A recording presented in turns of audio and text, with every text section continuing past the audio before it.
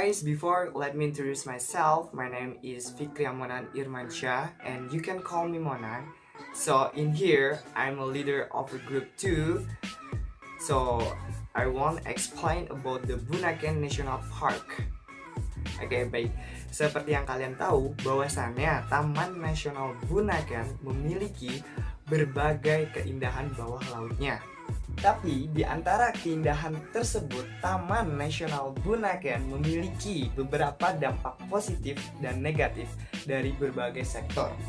Sebelum kita lanjut ke pembahasan tersebut, bagi kalian yang belum atau berencana ingin ke Taman Nasional Bunaken selepas pandemi COVID-19, alangkah baiknya kalian saksikan dulu video seperti ini.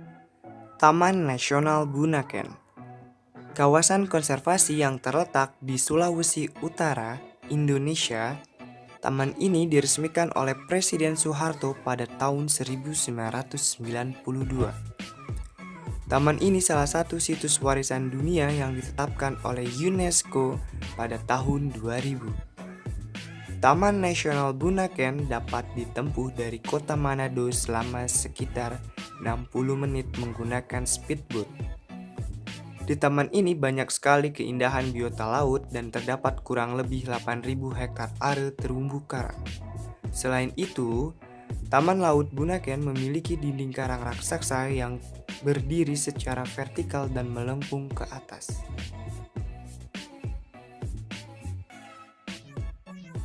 Alright, the first, dampak lingkungan. Nah, di dampak lingkungan ini memiliki sisi negatif dan sisi positifnya. So, gue mau ngebahas dulu dari sisi negatifnya ya. Baik, di sisi negatifnya itu memiliki beberapa poin penting. Di antaranya, yang pertama, mengalami degradasi lingkungan. Yang kedua, eksploitasi terumbu karang. Lantas dengan poin yang ketiga, itu adalah alih fungsi lahan. Poin keempatnya adalah buruknya manajemen limbah padat. Dan yang poin yang terakhir adalah erosi lahan. Yaitu menurut opini gua, dampak negatif dari lingkungan.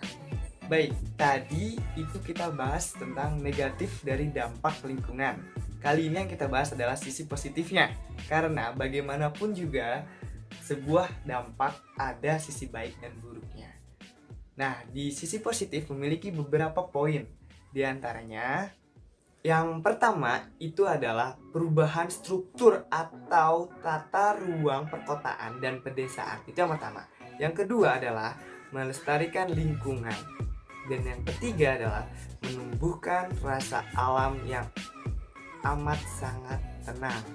Yang keempat, meningkatkan kesegaran fisik dan mental. Ya, itulah beberapa dampak lingkungan dari sisi negatif dan sisi positifnya. So, dari itu gue membuat kesimpulan. Dengan ini, kesimpulannya adalah kurangnya kesadaran masyarakat terhadap lingkungan di sekitar ekowisata. Untuk itu, alangkah baiknya kita sebagai turis maupun penduduk sekitar sama-sama menjaga kelestarian lingkungan ekowisata agar keindahannya tersebut dapat kita nikmati sampai nanti. Itulah beberapa dampak negatif, positif, dan kesimpulan menurut gue pribadi. So, mungkin ada beberapa dampak lain yang akan dijelaskan oleh Sama-sama akan menjelaskan tentang dampak positif dan negatif pariwisata di bidang sosial budaya. Dampak positifnya adalah yang pertama, wisatawan dapat mengenal dan mempelajari lebih dalam tentang budaya daerah tersebut, penguatan komunitas lokal, serta komersialisasi budaya dan seni. Sedangkan dampak negatifnya adalah harga jual menjadi lebih tinggi di daerah tersebut, banyaknya aset masyarakat yang dibangun untuk keperluan wisatawan, serta terjadinya penumpukan penjualannya. Kesimpulan yang kita ambil, sering terjadinya budaya negatif yang terbawa dari luar, sehingga membuat masyarakat di sekitar pariwisata mengikuti budaya negatif tersebut. Alangkah baiknya masyarakat dapat menseleksi budaya positif maupun budaya negatif yang terbawa dari luar. Perkenalkan, nama saya Dharma Divya, biasa dipanggil Dama. Saya dari kelompok 2. Di sini saya akan menjelaskan dampak ekonomi dari Taman Nasional Bunaken. Dampak ekonomi itu ada dua, yaitu dampak ekonomi positif dan dampak ekonomi negatif. Nah, yang pertama, saya akan menyebutkan dampak ekonomi positif terlebih dahulu. Yang pertama adalah terciptanya lapangan pekerjaan khususnya bagi warga atau masyarakat yang tinggal di daerah Taman Nasional Bunaken. Yang kedua, meningkatnya devisa negara. Yang ketiga, terjadinya pertumbuhan ekonomi yang sangat drastis. Nah, selanjutnya saya akan menjelaskan dampak ekonomi negatif. Yang pertama itu adalah terjadinya penumpukan penjualan. Yang kedua adalah tingginya harga penjualan di daerah Taman Nasional Bunaken. Yang ketiga adalah walaupun banyaknya lapangan pekerjaan yang tercipta untuk masyarakat atau warga sekitar Taman Nasional Bunaken, tetapi banyak juga aset warga atau masyarakat sekitar Taman Nasional Bunaken dibangun demi kepentingan wisatawan. Ya teman-teman, kita tahu bahwa memang bukan hanya dampak ekonomi saja mempunyai positif dan negatif, dampak sosial budaya dan lain-lain pun juga begitu. Saran untuk dampak negatifnya adalah pengelola Taman Nasional Bunaken agar tidak menaikkan harga terlalu tinggi untuk wisatawan, agar wisatawan tidak mengocek budget berlebih untuk berwisata di sana.